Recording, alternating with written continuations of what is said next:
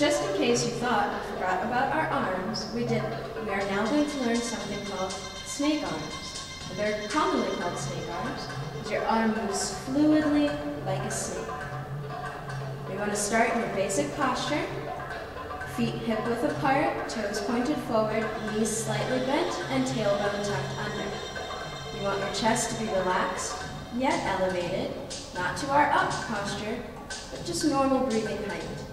Your shoulders should be going down your back like they're trying to chase into your pockets, and your head should be relaxed. The movement is initiated usually from the shoulder.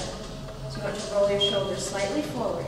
Notice as I roll my shoulders slightly forward, my elbow starts to point outward.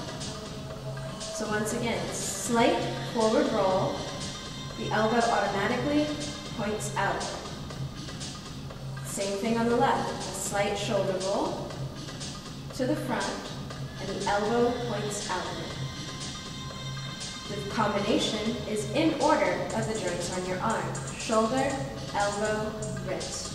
You're going to let that shoulder roll forward, lift from the elbow, the wrist, and then the fingers follow. You can make a pretty wave here. As you come down, you let your shoulder roll back. This brings your elbow pointed downward. It flows down. The wrist and the hand is always last to follow. So on the left, shoulder forward, elbow up, wrist, hand, and pause for a beautiful flutter here. Let your shoulder roll back. Your elbow now points down, wrist, and your hand can flutter again. With both at once, you roll forward, out, up for a quick, beautiful flutter. Roll back, elbows down, wrists down, and fingers in. You can take your snake arms as low or as high as you like. In what's called cabaret belly dance, our arms are usually held here, so our snake arms don't go much higher than our shoulder.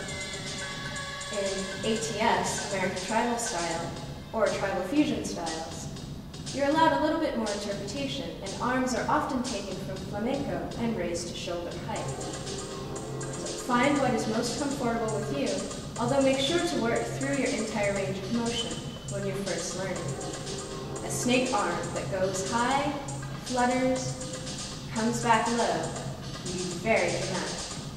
So once again, let's try it on the right. Roll, elbow up, wrist up, fingers flutter, roll back, elbow down, wrist down, and fingers flutter. On the left side, elbow up, wrist up, our fingers flutter, roll the shoulder back, elbow down, and our fingers flutter. We'll try a low one, and then a high one. A low one will take us here. So you don't go up much higher than your chest. If you look, when I freeze at the top, my elbows are about even with my chest. And I'm just about to let my shoulders relax back to bring it back down.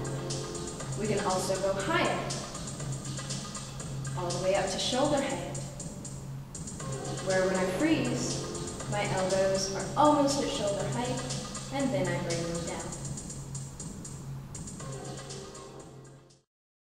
Now what do we do with all these wonderful movements that we've learned? We string them together to form a sequence, a choreography. Our choreography is going to be very basic and use what we've learned right now.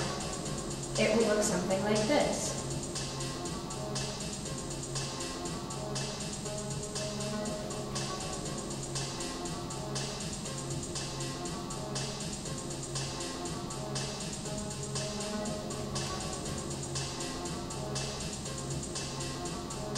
Once more, you'll notice it's a simple chest circle.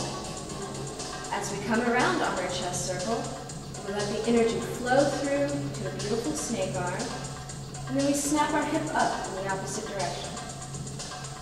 We take a step, following our first movement to the right, and then we swing our right hip, left hip in a zigzag.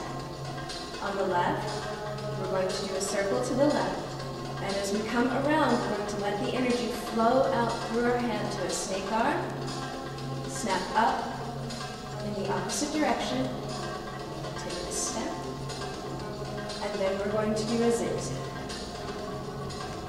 So, once more.